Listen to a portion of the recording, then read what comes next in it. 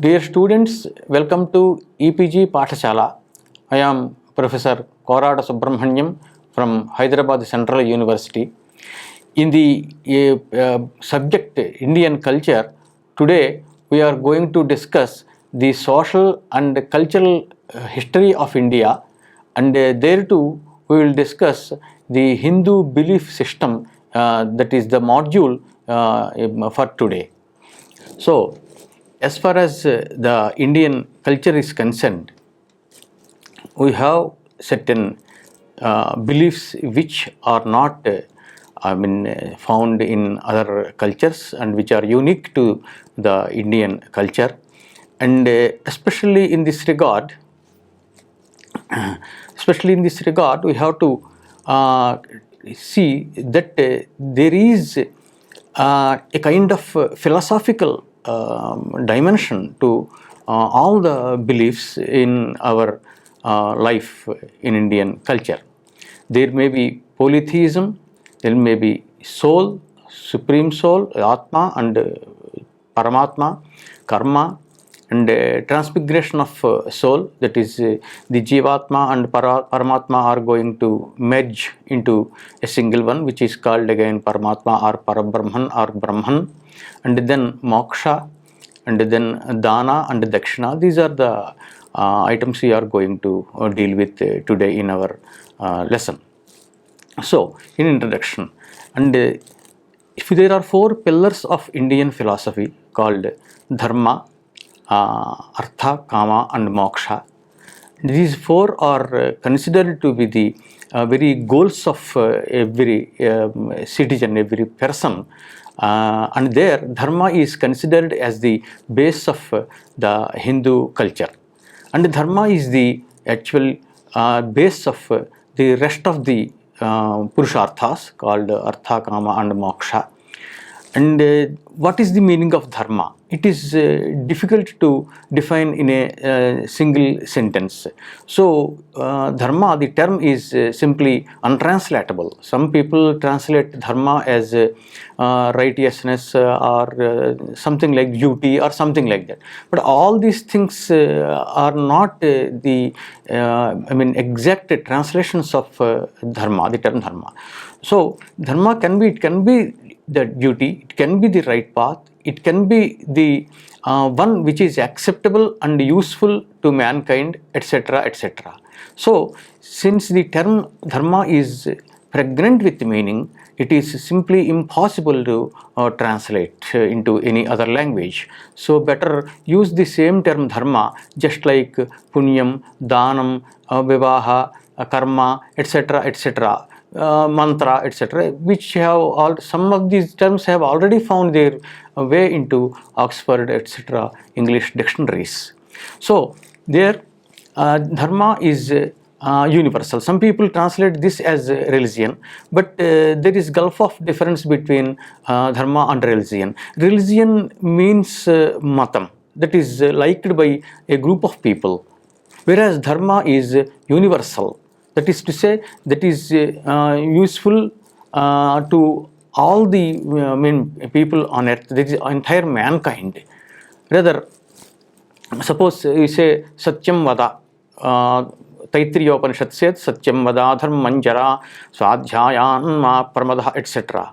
So here Satyam Vada means speak the truth. Who should speak the truth? Every person should speak the truth, irrespective of caste, color, religion, etc., etc. Similarly, Ahimsa Paramo Dharmaha. Ahimsa means not hurting anybody, not causing any disturbance to any being or prani through our manasa, vacha, karmana, through mind, words and our deeds. We should not cause any kind of disturbance to any person, any prani. So that is called ahimsa. So ahimsa is the best dharma again. So similarly, dharma has got many connotations, and there are different dharmas. Also, sometimes what happens, what is dharma in a particular situation may be adharma in another situation. What is adharma in a particular situation? Maybe dharma, for example, somebody is going to be killed, then he can in self-defense attack the other person, the counterpart, and that is dharma only. There we need not follow the very dictum that is ahimsa paramo dharma. So this is actually in Indian Penal Code also we have section 100 which says when in self defense one can commit a murder, something like that. So this is therefore this is universal, and this path is strictly followed by Indian people, that is Hindu, since times immemorial. So it is called Sanatana Dharma. Sanatana means the eternal. So it doesn't change, immutable. There will not be any change as far as dharma is concerned. And some apad dharmas are actually mentioned in Udyoga Parva of Mahabharata. So the opposite of dharma is adharma. Then what is about dharma? Then the bottom line of Hindu culture is that dharma fetches punyam, whereas adharma causes papam. The term punyam is just opposite of papam or sin. We don't have any equivalent term in English to express punyam. Although people outside India also, they perform some deeds, certain activities which will fetch them punyam. So punyam would help in attaining swarga, whereas papam would cause naraka or hell. So one should follow the path that is already prescribed in Shruti, that is Veda, as well as various Smritis, that is Dharma Shastra Granthas. Veda is considered to be the origin of dharma. Vedo khilo dharma moolam, says both Gautama Smriti as well as Manusmriti. So Veda is the very basis of dharma. So such a Veda was actually one and only one. Then it was divided into four: Rig Veda, Yajur Veda, Sama Veda and Atharva Veda by Veda Vyasa. The name confirms to meaning Veda Vyasa, the one who divided a single Veda into four. So then once what happens, consequently adharma has also got its origin in Veda. This is something surprising. When Veda says this is dharma, the other one is automatically becomes adharma. So for both dharma as well as adharma, Veda is the very origin. Then Veda is apaurushaya. It is clearly stated in Brihadaranyaka Upanishad, Tasmat Mahato Bhotasya Nishvesitam Yad Rigvedaha, Yajurvedaha, Samavedaha, Atharvavedaha, etc. That means from Brahman only all the four Vedas had emanated, they had come. So there is no room for human error, because it is apaurushaya or non-human. It is not done by, not written or authored by any human being. Therefore, there is no room for any kinds of errors. So, some people say Rigveda was at the time of so and so, Yajurveda was authored at the time of so and so. But Rachasama Nijagnire, Chandakam Sijagnire, Tasmat, Yajustasmat Ajayata, etc. This is from Purusha Suktam, a part of Veda which is very popular, and this Purusha Suktam is there in all the five Vedas: Rig Veda, Krishna Yajurveda, Shukla Yajurveda, Sama Veda and Atharva Veda. Therefore, all the Vedas were available at a single point of time. So there is no any time such as Veda Kala or time of Rigveda, time of Yajurveda, etc. Those who did not study these things may say Veda was written like that.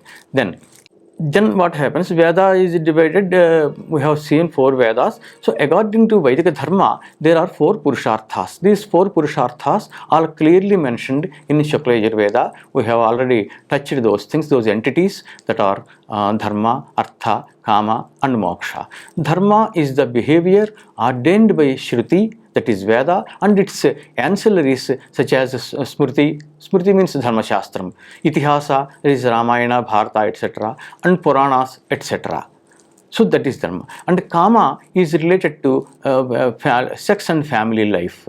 Artha is artha deals, or artha means the things that are related to money and wealth. The last goal is called moksha. It means moksha literally means relief. Relief from what? From worldly bindings.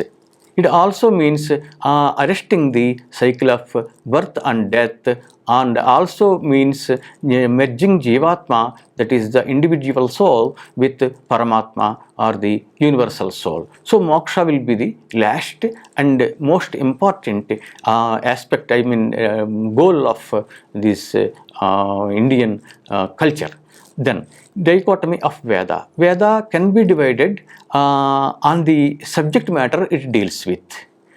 So the first part called Mantra Brahmana Bhaga, that deals with the performance of yagas and other rites, rites, that is karmas, which are useful in attaining sarga. Then the second part is called Upanishad, and Aranyakam is also included in Upanishad, and it is useful in attaining moksha through jnanam. The former, that is the Mantra Brahmana Bhaga, deals with the karma or rites, and the latter, that is Upanishad Bhaga, deals with jnanam. That is the clear cut waterline. Then karma. What is karma? By performing karmas ordained by Veda, one such as yaga, etc., one would reach Swarga, and after enjoying for some time that commensurate with the amount of punya he acquired, he has to return to earth. That is called Kshine Punye Martyalokam Vishanti. It is clearly stated in 9th Adhyaya of Bhagavad Gita. Then moksha. And on the other hand, the one who achieved jnanam would attain moksha. Jnanadevata Kaivalyam, that is clearly stated, by which his Jivatma would merge with Paramatma, and consequently he would be out of the cycle of birth and death.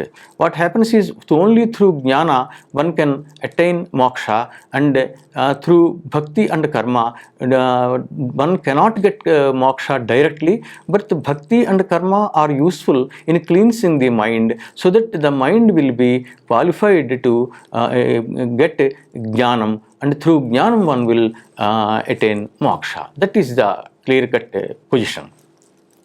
Then the theory of karma. What is this? It is just like Newton's third law of motion. Every action would have an opposite and equal reaction. So here, when somebody commits a karma, it will have its result. So Bhagavad Gita, Sri Krishna also says in Bhagavad Gita, Karmanyeva adhikaraste ma phaleshu kadachana. Whatever karma you want to do, you do. And what is the result? When will you get the result? You can't say. You don't don't bother about it, about the result, etc. It will take care of itself. So this is in Hindu culture, it firmly stands on law or theory of karma. Now this theory of karma or law of karma has become spread over across the globe. In all the countries almost, one knows what karma is today. And that is the effect of karma. Karma is, as we have already seen, will cause two things. One is punyam, the other is papam. Papam is sin. Punyam is opposite of sin. So the punyam will lead to sarga, whereas papam will lead one to naraka or hell. That is there. So, Mabhuktam Kshiyite Karma Janmakoti Shatairapi Avashyam Anubhoktavyam Kratam Karma Shubhashubham. This is clearly stated in the philosophical texts of Indian culture, that if one commits a karma, he cannot escape from karma. One has to suffer for that. On the other hand, there is another point of view, viewpoint rather, that one's karmas can be destroyed by jnanam. Jnanagni sarvakarmani bhasmasat kurute tatha. This is from 4th Adhyaya of Bhagavad Gita. Shri Krishna tells Arjuna, "O Arjuna, if you get jnanam, automatically this jnanam will destroy all the karma that is accumulated." So, but here one thing one should understand the karma. Broadly we can say into separate into two. One is sanchita karma, the karma that was accrued or accumulated, and the other is prarabdha karma. Prarabdha means which has started giving its result in this life. By getting jnanam, one can destroy the sanchita karma, that is what is still in store for him, or what is accumulated but still has not given any result. Whereas the prarabdha karma, that cannot be destroyed. Once the prarabdha karma starts, prarabdha, the term literally means which has already started giving its result. So once it starts, nobody can stop it. So one has to face either punyam or papam, the karma in this life. But after that, since the cycle of birth and death will be arrested by getting moksha through jnanam, there will not be any more suffering or enjoyment for one because due to moksha. So now this is about karma siddhanta. This is generally called karma siddhanta, theory of karma. Next, then moksha. Most of the people think that there are three ways of attaining moksha. One is bhakti marga, the second is karma marga, and the third is jnana marga. But this is not correct, because if at all one wants to attain moksha, it is possible only through attaining jnanam. Jnanadevata kaivalyam, we have already quoted it. So, but to attain jnanam, first the mind should be cleansed. How to cleanse the mind? Through yoga abhyasa you can do, through bhakti you can do, and through performing different karmas also. You will just like a copper pot is there which you use to drink water for health reasons. The copper pot, you go on cleansing the copper pot, and the more you cleanse, the brighter it will be. Similarly, the mind also will get cleansed by performing different karmas, and the result should be offered to Ishvara. Ishvararpana buddhya karmani kurveta. So although you perform different karmas, you just at the end say Parameshwararpanamastu. So I don't want any kind of result of these karmas, and let the result go to Bhagavan. Then what happens? You will not, you need not face this consequences or whatever results are there of that particular karma, but in your mind will get more and more cleansed. So that will pave the path for attaining jnanam, and once one gets jnanam, that itself is moksha. See, there are no two things that one is going to get jnanam now in this moment and the next moment he will get moksha. Having jnanam itself is moksha, but separation is there simply to make it understandable to others. So then while doing the karmas, there are one or two theories. Some people, monotheism and polytheism. You see, how many gods are there? Some people say, others will say, no, we have only one God, you have so many gods. That is not the question. Ekam sad vipara bahudha vadanti. This is clearly stated in Rig Veda. So, a single Brahman is there, and he can be worshipped in so many forms, many forms. There is no any limit like that. But at the end, you have to realize that it is only Brahman. And realizing Brahman through jnanam is nothing but moksha. That is what is explained clearly. So there is only one God, roughly we can say, because God will be translated as Devaha or Ishvara something, whereas for Brahman there is no translation because this concept is not available in other cultures. Therefore Brahman is Brahman only one thing. Satu, Sat means Nitya, permanent, eternal. There is immutable, there will not be any change or destruction for Brahman.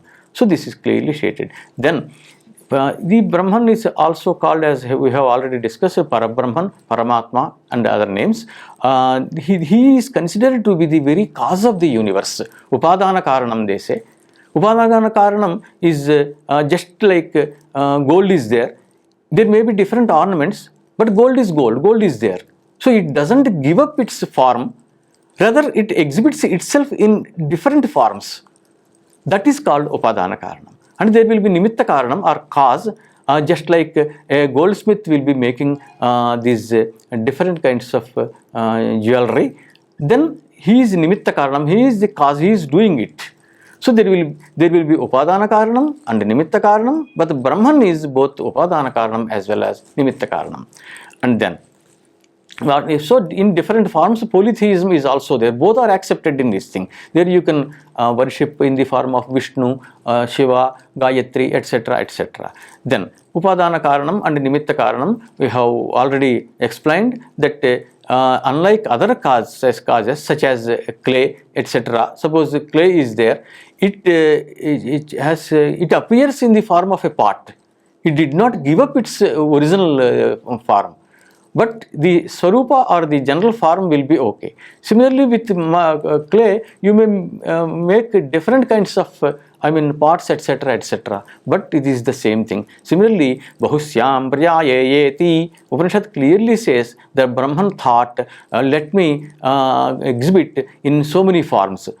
And one more thing is, suppose we take some amount of clay and prepare a pot. Then there is no more clay available there. But here in the case of Brahman, what happens? Brahman can exhibit itself in thousands or lakhs or crores of forms. It may be a wall, it may be a book, it may be a man, it may be a mosquito, an elephant, anything. But thousands, crores of so many forms it can appear, still it is available. That means still it can create or exhibit itself into more and more. So everything, Namarupe Vyakarvani Murtiketcheva Satyam. This is from Chandogya Upanishad. It says, just it is name and the form, nothing else. Otherwise, Murtika, the clay, is the actual Satyam, that is the truth. Anything you take on earth, that has come either directly or indirectly from just clay only. At the end, it is going to merge with clay only. So this is what is called, and some other terms are also used: dharma, punya, yoga, karma, etc. So these terms cannot be translated. Better they are used as they are, and some footnotes or endnotes may be provided, or some notes explanation in parenthesis may be provided for easy understanding. And one should not try to translate these terms. So punyam is translated as merit, but when you go for translation, back translation, it fails. Merit is not punyam. That's what is meant. So a cause which without losing its nature appears in many forms is called Upadana Karanam. Now, Upadana Karanam may not be capable of changing an effect without the help of another cause, because Brahman itself, when you have clay, you have the wheel, you have the stick, you have water, etc., etc. So simply clay cannot become a pot. But with the help of all other such instruments, whatever you call them, or causes, a pot can be manufactured or produced. Therefore, it is called the other things are called Nimitta Karanam. Similarly, if you take a cloth is made of some thread. So simply if there is thread, we cannot get a cloth just like that.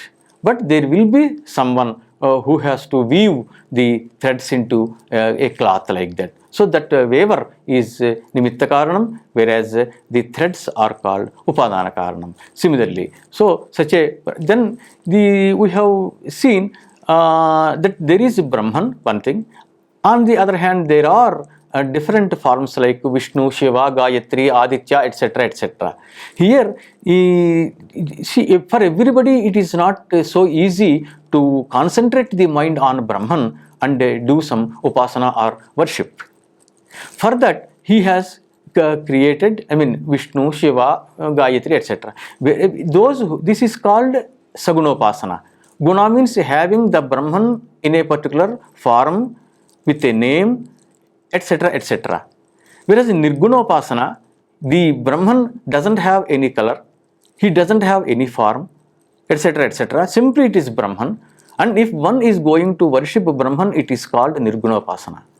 If one is going to worship Brahman in a particular form, like Vishnu, Shiva, etc., it is called Sagunopasana. This is the difference between Sagunopasana and Nirgunopasana. In Brahma Sutra Shankara Bhashyam, 4th Adhyaya, Vedanta Darshanam, there Pratikopasana is also discussed. Pratika is nothing but in the form of an idol or in the form of Aditya or Rudra, etc. If one worships the Brahman, then it is also called Pratikopasana. The same with Sagunopasana.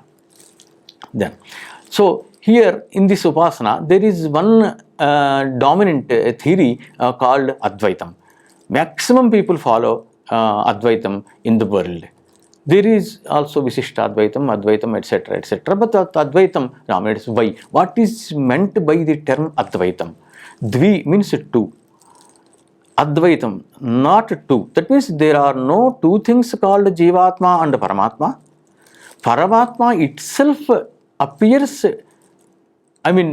itself distinguished from one another. It exhibits in so many forms, so many uncountable, infinite number, infinite. So that is actually called this Parabrahman. And then when you worship Parabrahman, you do not feel having any kind of difference between Jivatma and Paramatma. Paramatma itself is Jivatma. This is called Advaitam. So then Shankaracharya, who authored Bhashyas, Bhashyam is different from Vyakhyanam or commentary. It is called Sholyam. Bhashyam means he discusses his own words also, and it is a special type of commentary that is called Bhashyam. There he authored Bhashyam on 11 Upanishads, Bhagavad Gita, and the Brahma Sutras or Vedanta Sutras authored by Badarayana Maharshi. So there he tried his best to quote from different Upanishads and establish that it is Advaitam that is the very thesis or the very basis of all this kind of culture, and the other kind of any theory like Jivatma is different from Paramatma, it has got some form, it has got from some name, etc., etc. They are not going to stand the test of the time. So therefore Advaitam is established by Shankaracharya. It was already there. Then Visishtadvaitam. What is Visishtadvaitam? Ramanujacharya, having done Bhashyas on the same Brahma Sutras and etc., etc., he actually tried to advocate that there is Visishtadvaitam. Here the problem is, what he says is, on one hand there is no difference between Jivatma and Paramatma. On the other hand, there is difference between Jivatma and Paramatma, because Paramatma itself appears in so many forms. That is one kind of this. The second thing is, Paramatma, according to Ramanujacharya, is in the form of Vishnu associated with Lakshmi only. And the other gods, Shiva, etc., etc., are not acceptable. And this kind of argument is there. So this is called Visishtadvaitam. Then there is another theory called Dvaitam.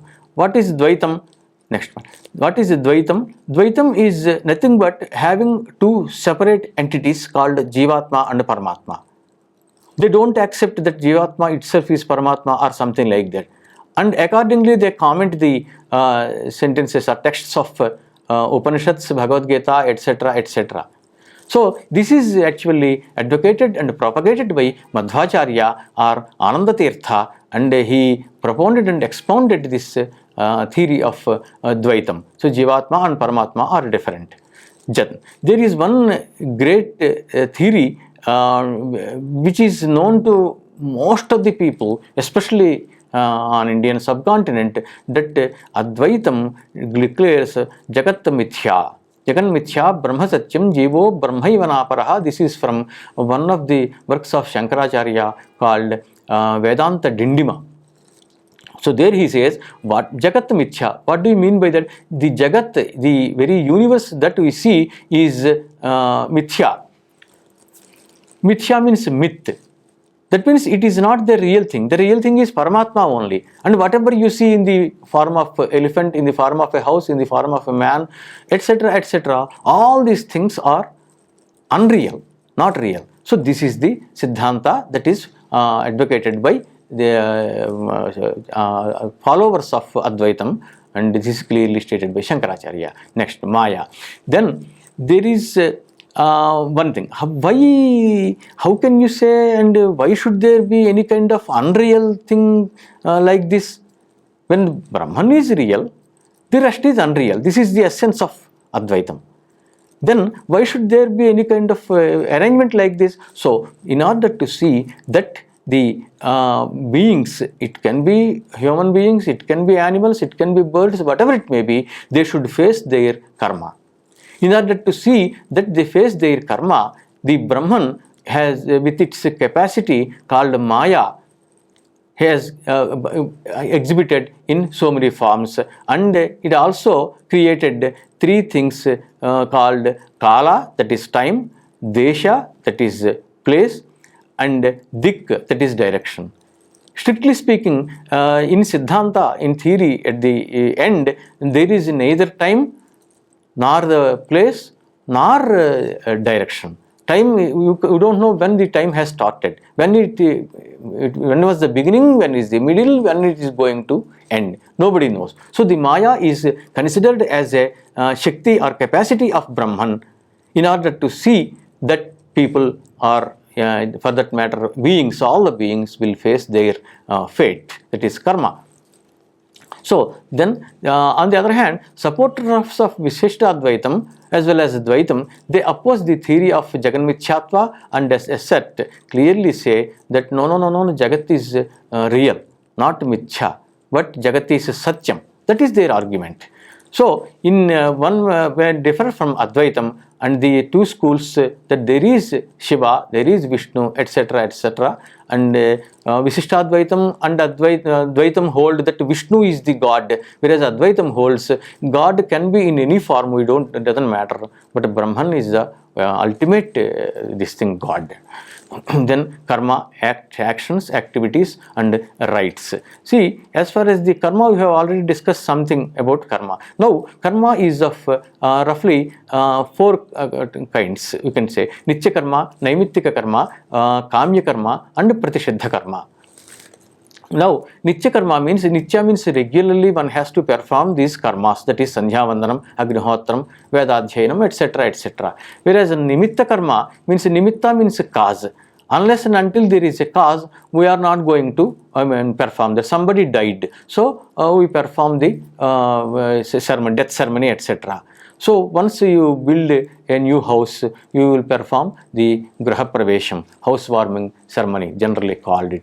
So that kind of is Nimitta karma. Then what happens? Kamya karma. What is Kamya karma? Kama means a desire. With a desire, one has got a desire for children and he will get married. So marriage or Vivaha is a Kamya karma. Similarly, Jyotishtoma yaga. Jyotishtoma Sargakamo yajeta, says Krishna Yajurveda. Therefore, whoever wants to attain Sarga, who wants to go to Sarga, should perform the Jyotishtoma yaga. So such karmas are called Kamya karmas. Then Pratishiddha karma. Pratishiddha means restricted karma. One should not consume alcohol, sora, and one should not spit in waters, because water is used by so many people. Nor should one bathe in the nude. Such karmas restrict a person from doing certain things which are not acceptable. So Veda ordains one should not hurt any being. Mahimsyat sarva bhutani. There is a small problem. Veda also says Jyotish Vayu Yagnu Shvetama Alabheta Bhutikamaha. Whoever wants to get wealth should perform the Vayaviya Yaga. When you perform the Vayaviya Yaga, you are going to kill a Pashu, an animal. But on the other hand, Veda itself says Mahimsyat Sarva Bhutani. Then what will you do? Because there is self-contradiction. There is contradiction between two sentences in Veda itself. Therefore, the theory, the Siddhanta, the conclusion is that whenever Veda says that an animal can be killed in a sacrifice called yaga, it is dharma. It is not himsa. Whereas outside yaga, if you commit anything, just even plucking leaves and cutting vegetables is also papa. No doubt about it. People think generally those who are consuming non-vegetarian food and they are killing chicken and this goats, etc., etc., they are sinners. And those who consume vegetable things are not sinners. This is not the case. Parvati was given a name Aparna. Aparna means even leaves she does not pluck from trees, because plucking leaves for food or etc., anything from trees itself is a sin. Therefore, to avoid, because without eating something we cannot live, therefore although we pluck leaves etc., etc., cut vegetables etc., we will certainly get sin, but to get rid of this sin we have to do some Sandhyavandaram or Gayatri etc., etc., some good karmas or rites. So this is about briefly about the karma siddhanta. Then the karma and caste system. This is Brihadaranyaka Upanishad clearly explains as to how the fourfold caste system has come into existence. This is called Varna Vyavastha. Varna or Kulam etc. are used for to express this kind of fourfold caste system that has been there since time immemorial on Indian subcontinent. So at the beginning of creation there was only one Brahmana who was called Brahma by Veda.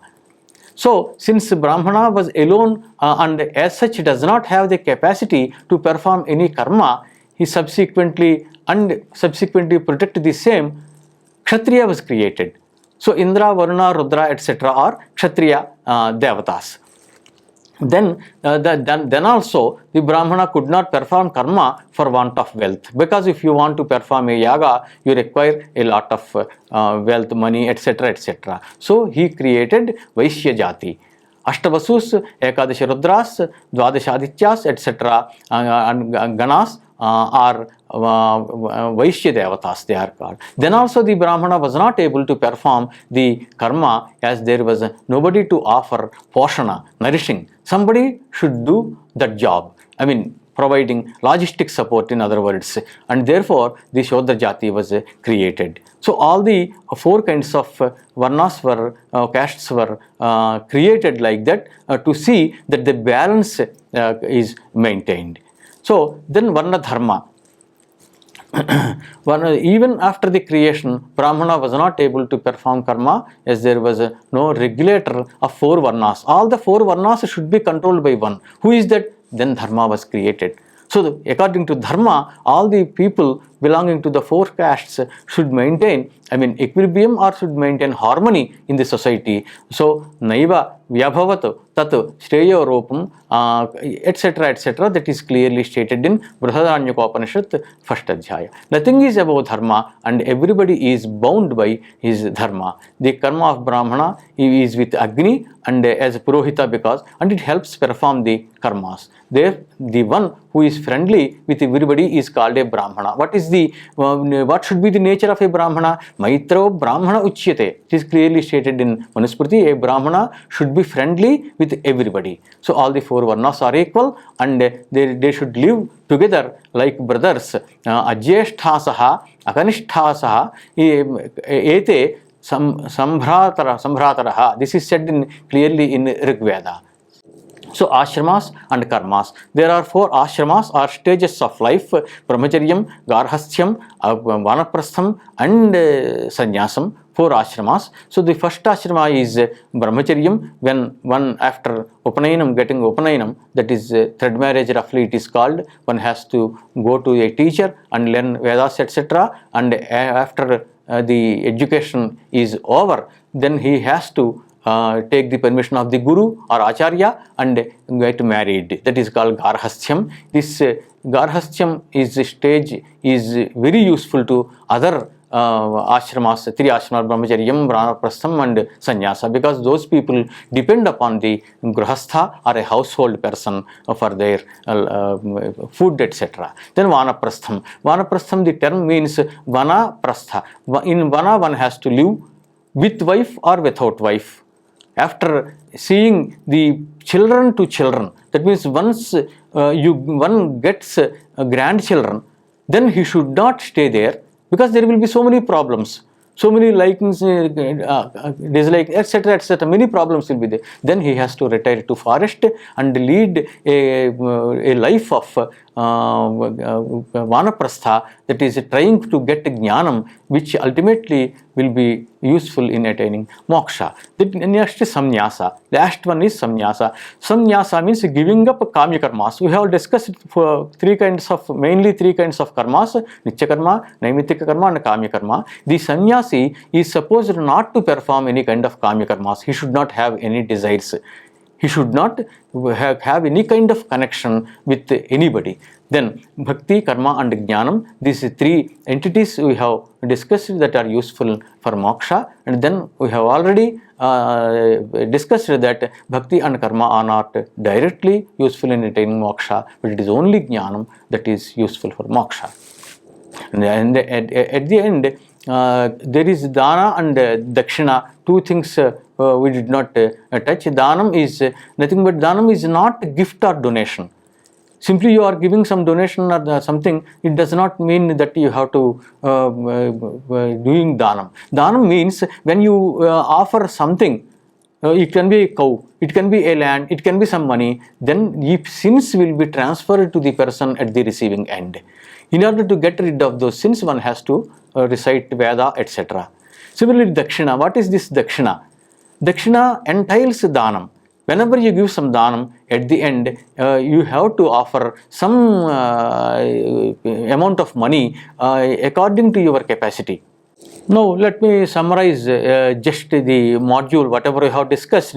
We have discussed four kinds of stages or ashramas, that is brahmacharyam, garhastham, vanaprastham and sannyasam, and four goals of life or purusharthas called dharma, artha, kama and moksha. We also discussed the polytheism and monotheism and polytheism that is already there in our Indian culture, and then we discussed Advaitam, Vishishtadvaitam and Advaitam. Then we discussed kamya karmas, namely the different kinds of karmas, that is nitya karma, naimittika karma, kamya karma and pratishiddha karma. And we also discussed bhakti, karma and jnanam, the three entities that are indirectly and directly useful for attaining moksha. Then we have touched the aspects of dhanam and dakshina, and this is the just a summary of the entities we have discussed. And for further information, please do visit EPG Pathashala e-text on available on UGC website. Thank you.